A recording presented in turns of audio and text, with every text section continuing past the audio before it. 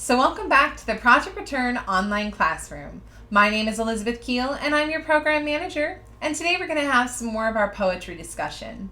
So as we know, poetry is a little different. We usually have a long discussion and everyone puts in their input and their own thoughts. So today we're just going to be discussing my thoughts on the poem and my dissection of it personally. So let's begin.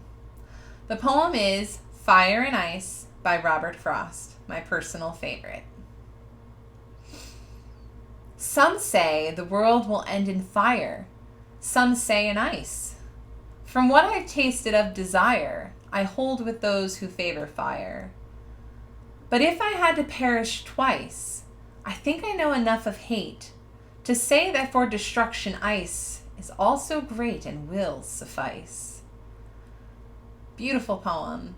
Beautiful poem about two scenarios of the end of the world, destruction by fire or ice.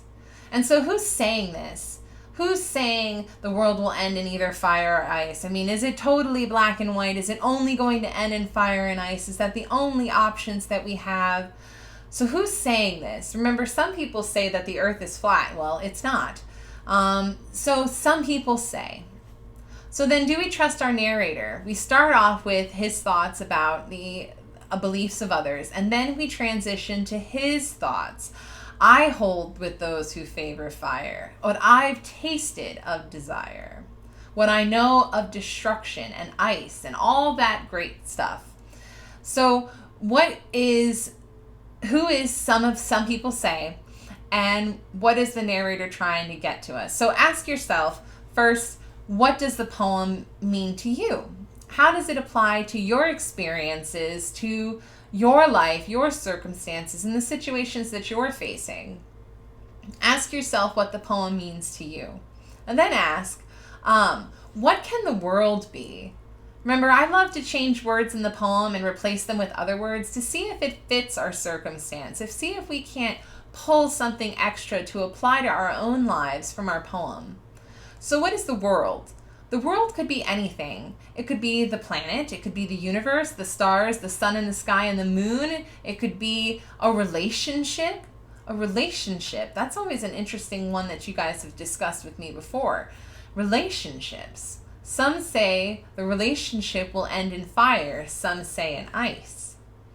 And then what does that imply about our talent for destruction?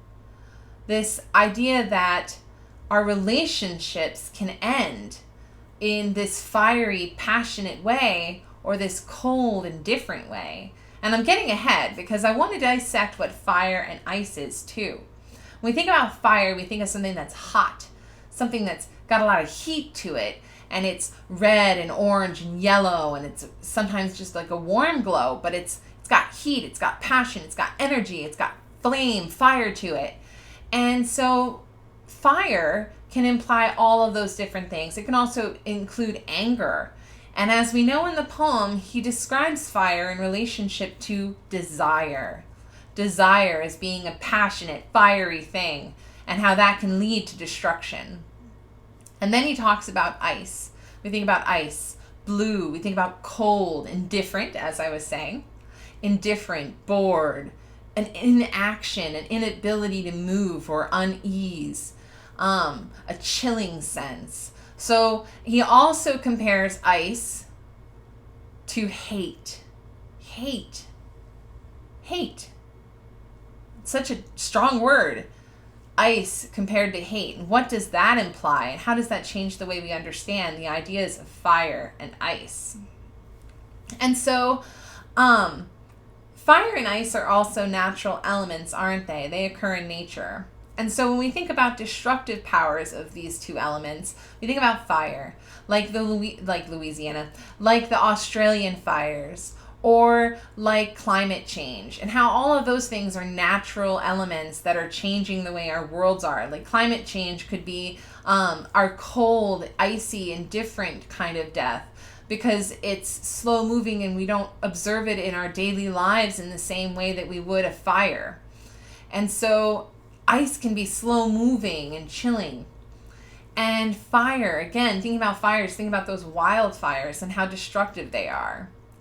And so they're natural disasters, right? Natural fires, ocean acidification, all of that stuff, ending, world ending for that ecosystem, that environment, that relationship. And so the poem's really talking about human beings' talent for destruction and the inevitability of it, and the fact that it will end one way or another in fire or in ice. And so thank you for tuning into my poetry discussion. I hope you thought some interesting ideas from what I've said, and I hope you enjoyed the poem as much as I do. It's one of my favorites. So thank you everybody for tuning in. I hope you guys have a great day.